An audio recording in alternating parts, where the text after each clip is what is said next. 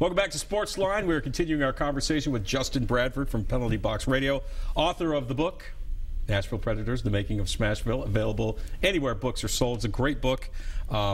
Full disclosure, I haven't had a chance to read it yet, but the pictures are really cool. That's what I've heard. People love pictures. You got to remember, I'm a rugby player, and I got hit in the head a lot for 20 years, so, the whole reading thing. But, no, it's a great book, and we're going to get into that more a little bit. I just want to finish up our All-Star game talk, individually talking about the 3 All-Stars. Let's start with Pekka Rinne, a guy who, by his own admission, was surprised he got an All-Star nod. Now, most of us figured he would because, he's one of the better goaltenders in the league, and, he plays for the host team. But he was a bit surprised that he was selected for the All-Star game. Were you? I was surprised in essence that because of his performance, didn't necessarily deserve it. Home team for the All-Star game, especially because the games don't count, it's all for fun. Of course, I expected 2 players to be chosen for the Nashville Predators, but was pleasantly surprised to see 3. Pekka not playing so well, and especially November, December, and the early part of January.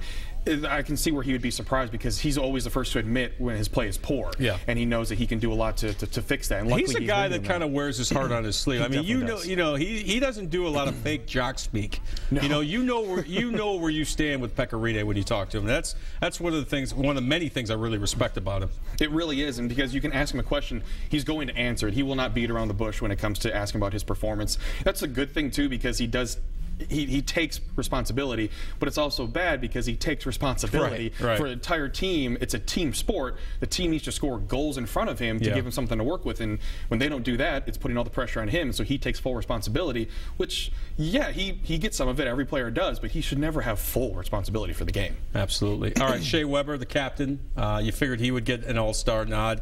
Where do you classify his season this year? I mean, he's a fixture at these All-Star games. He's a hit, obviously, with the hardest shot contest, but it seems to me like he's taken ownership of being the captain and the leader and the mega contract guy, and I think he's done a better job of recruiting free agents to come to Nashville to play, and you talk to all of his teammates, they all say the same thing. There may not be a better leader that we know of in the NHL.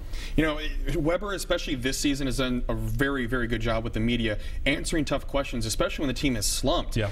That's when the team captain has to answer for the team's effort, and that can be really tough. And we've seen in the past that Weber hasn't always expressed the best in terms of just his overall analysis of a game because he's frustrated, which every player is. It's after a major loss, it's tough for anybody to talk positively about that. There's certain players that have done that before, but it's a lot of pressure on him to do that. This year, however, you've really seen a change. Maybe it's the 2 kids that have really softened him up a little bit, talking to the media, but he's done a wonderful job in terms of being more honest with the media and telling us like it is. He knows when the team's struggling, when they've went through the slump, is perimeter shots, and that's what he said, is shots from the perimeter, not getting to the net, crashing the net. The team hadn't done that. You can't get second chance goals if you're not doing that. For the captain to call the team out like that, that's very important, and he hasn't always done that in the past, and that's what you want to see out of a leader, is the captain calling his team out so they can come back the next game and be better.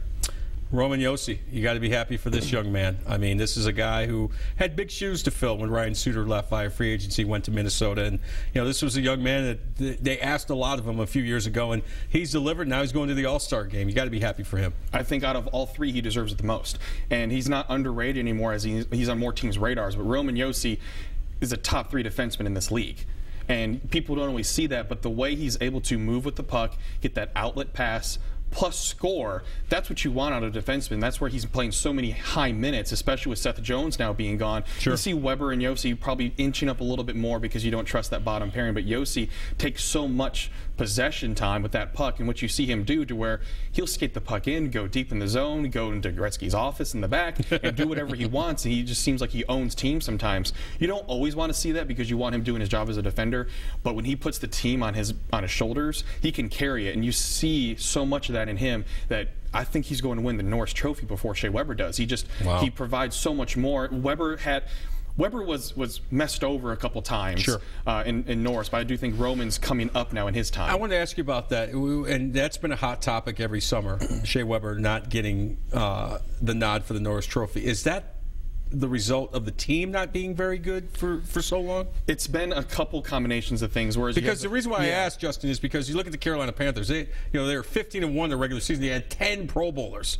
I don't know if they really deserve to have 10 guys go to the Pro. They're obviously a very good football team. They're in the Super Bowl, which, by the way, you can see on News Channel 5, February 7th.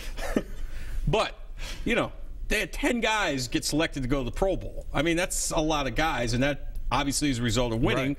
When you're winning, more eyes are on you. Do you think maybe Shea fell into a victim to the team not being as good for a while? There's a few things, and that's, obviously one of the reasons why Delaney Walker didn't get it, who absolutely deserved to be in the Pro Bowl. But that's one of those, a couple things. One, Western Conference media, there's not as much. Yeah. And it's the media that has that opportunity to vote for these awards. And so the Eastern Conference has so much more because you have Toronto, you have Montreal, you have all the East Coast teams, New York, getting more votes in. There's one aspect. Then you have strong defenders in the West like a Drew Doughty, Shea Weber, Ryan Suter, who can start splitting the vote. Right. Shea Weber's best opportunity to win, he had two. One was when Nicholas Lidstrom won it, where it's more of a thank you for your service, appreciate it. Yeah, Lifetime Achievement Award. Lifetime Achievement. Yeah. Great defenseman, he just didn't deserve it that year. Yeah. And then Erik Karlsson, who won it because he scores goals, which as a defenseman you're supposed to defend and not score goals, whereas Karlsson was not playing on the penalty kill.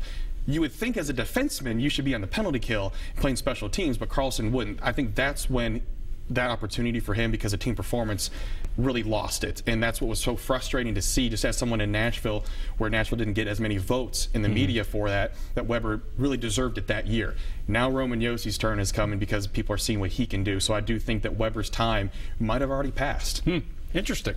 All right, back to the book. I mean, talk to me about, by the way, it's Nashville Predators, The Making of Smashville, on sale wherever books are sold. Great book.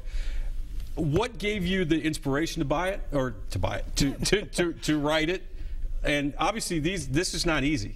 A, writing a book. B, getting it published. I mean, that's a process. I mean, talk me through that. It was a long process, and it all started actually with a friend, Jules Festa, who wrote a book on Nashville food trucks. And that book did very, very well because it included high-res pictures and recipes from some of these food truck things, which is very popular in Nashville. Now the food truck scene is growing tremendously. Good food too. And it really is. And so it's great to go to these outdoor events and see so many food trucks out. But then they asked her if she knew anyone that covers the Nashville Predators, and she recommended me. So I was put in touch with the publisher right then, which is Arcadia and a History Press, based out of Charleston, South Carolina. They really focus on niche and regional books that focus on local sports and local sports teams. So they contacted me and kind of had me put together a marketing plan, what I'd like to cover, who I'd like to talk to in interview, if I could do it in time. It was a year-long process. I started in September of 2014, and didn't get published till October 2015. It was a very long process to gather interviews, gather pictures, talk to people, put it together. It was tiring. It was a process, that's for sure. I mean, there had to have been days where you're like, I might be in a little bit over my head, right? I mean, there were. Yeah. I'm a little bit of a procrastinator, have been since high school. My dad will attest to that. I'm a card-carrying member myself of the Procrastination Club, so you're in good company. I got very lucky. There was some just great interviews to be done, and the stories started to write themselves. And just, I was proud of myself because of having knowledge and watching the game so much that the words started to flow out a lot, and just analyzing the game in these interviews and being able to have a background with some of these guys too helped. So it wasn't just a blind interview. You could tell the feeling behind it. Right, you were a name and a face. Absolutely. These people knew. Who did you talk to? I mean, you had some great stories in here. I mean, you talked to a lot of dignitaries and a lot of people that are chiefly responsible for us having a hockey team here in Nashville, right? The first off is Barry Trotz, who is going to always be remembered as one of the best things to ever happen just to the sports in Nashville, with what he's able to do, not just in hockey, but what he did for the community. And especially with the Best Buddies program and things of that sort with the community and educating. He took it upon himself to educate this community about hockey, being the face of the franchise for so long, and bringing hockey to them, whether it's playing with kids in the streets, on street hockey, or being on the ice for these different camps. That's the most memorable interview I had, and the story with that is because I obviously have a day job as well. That he called 30 minutes early for the interview. And so I'm sitting at my cubicle, which I don't work at this place anymore, but sitting at this cubicle. Probably because you're doing interviews in the middle of the workday. No, I'm kidding. I kid. Thankfully. I see the phone ring and it's a Virginia number. I'm going, no, that's got to be Trotzy. So I answer the phone. I'm like, hey, Barry, I'll be 1 second. It's a quiet office. Yeah. And so the first part of my audio is me out of breath running to my car in the middle of summer to do this interview with wasps flying around, having to have the windows up. So the memorable part of me putting together this book is where I had to conduct interviews and how I did them. But I got 45 minutes asking 4 questions. And that just shows how much he loves Nashville, loves this team, loves this city, that he will always remember it. And the stories he told from the first night when he just felt like he was going to throw up, to having his family here, to just everything being a blur. That's what's most memorable, is the stories that he had of the community. Now, he's the guy that gave the Predators their name, correct? You have people that'll battle about that. Oh, he okay. says he did. So that's kind of an urban legend? He did. Okay. He says he did, and then, you know, you have Craig Leopold said that he did, and then the fans say that they did. Okay. But he was flipping through a book, and he found just the name Predators and went, that one. And just kind of came to him. This is what he told me now. So I mean, there's so many urban legends around this. But you'll, in the book, too, what they did is they, quote, stacked the ballot for the name that they wanted to. They did some market research, obviously, and they already had the logo. They just had to put the name. And so they had the Ice Tigers and the Fury. So they really stacked it up for people to vote for one of those names, and it was the Predators. They stacked the ballot. They went true Chicago style here. Okay. So well, the statute of limitations has passed on that, right? Yes. Nobody can get in trouble for this? No. Okay. I mean, they admit it right in the book. Yeah. You can read those words right in there. Wow. Stacked the ballot. All right. David Poile. Yes. A guy who's been here also since day one. A guy that's been, you know, he's general manager, responsible for putting the team together. I'm sure he had some amazing stories to tell. He really did, and where I had to conduct this interview, I went to Dallas for the last regular season game last season, and just after morning skate, I was contacted by Predators PR and just went, hey, do you want to interview David? What? I didn't have my questions with me. I thought it was going to be a different day. Sure. So I had to do it on the fly, but there are certain topics I wanted to cover. One was David Legwand, and the reason why is because he was a successful player in terms of being able to what he was able to accomplish in Nashville, but he wasn't that high pick like people would expect, like a Vincent Lecavalier was also picked. So I wanted to ask about that because they traded to go up to pick David Legwand. So getting that story about that, and then what he was able to accomplish with other trades like the James Neal trade, in so many different aspects. That's what I wanted to talk to him about, is how to put together this team, what they expected out of the team the first few years, and they knew not to expect much. They wanted to put together team and character guys that signified Predator-style hockey, and that's where that term was coined so long ago. But it still reigns in true today, that it's part of the community, how you're going to work hard, and what you're going to do as being a Predator. And it's changed, not being necessarily the gritty player that it is now, or what it was then. It's more of a skill player now, but it's something that they embraced back then, of having good leadership.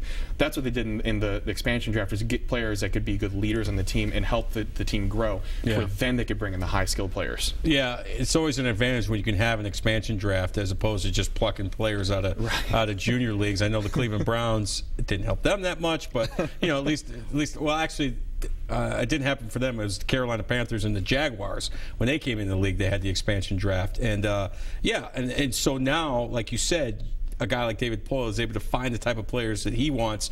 And when you're a team just starting from scratch like they were all those many years ago, you got to have leaders on and off the ice, don't you? And that's what you saw. And I talked to Cliff Ronning, who is one of those originals that they brought in there, and just his opportunity to be with the team, and Scott Walker. That was just a fun interview, just because he could tell when the fan base was growing and really learning hockey, because before, they would have to explain everything to the early fans, because they obviously didn't know the rules. They had fun, but wanted to learn the game, how to really interact with the game and talk about it. But when he was in a grocery store, this is Scott Walker, in a local Kroger, he said, when a woman came up to him criticizing him for his play on the power play and saying, you need to shoot it more when you have an open shooting lane, he knew that's when they were starting to take on, when they could actually criticize with the good thing about open shooting lanes, using terminology in hockey. So they always go back to this, because so many former players were given an opportunity to succeed in Nashville that other teams wouldn't allow, like a Scott Walker, like Vern Fiddler. A lot of these players that had good hockey careers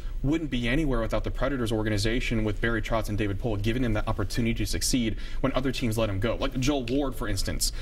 if it weren't for Nashville, he wouldn't be where he is now, and that's playing with San Jose, had a great contract with the Washington Capitals. But Nashville gave him that opportunity to really succeed. And that's what you see with so many NHL players that used to be in the Predator system, is that they had that opportunity because they believed in them. I know that may be cheesy to say, but they believed in their opportunity to be a leader on the team and have the necessary skill to be an NHL player. Sometimes all you need is an opportunity, right? Absolutely. All right, we're talking with Justin Bradford, author of the book, Nashville Predators, The Making of Smashville. You can get it wherever books are sold. When we come back, we're going to talk about the second half of the Nashville Predators. Can they get back in the playoff race and make some hay once they get there? They're on a bit of a streak right now, playing pretty well. We'll get the crystal ball out and forecast the second half of the hockey season for the Preds, plus your phone calls. Stay with us. We're back after this.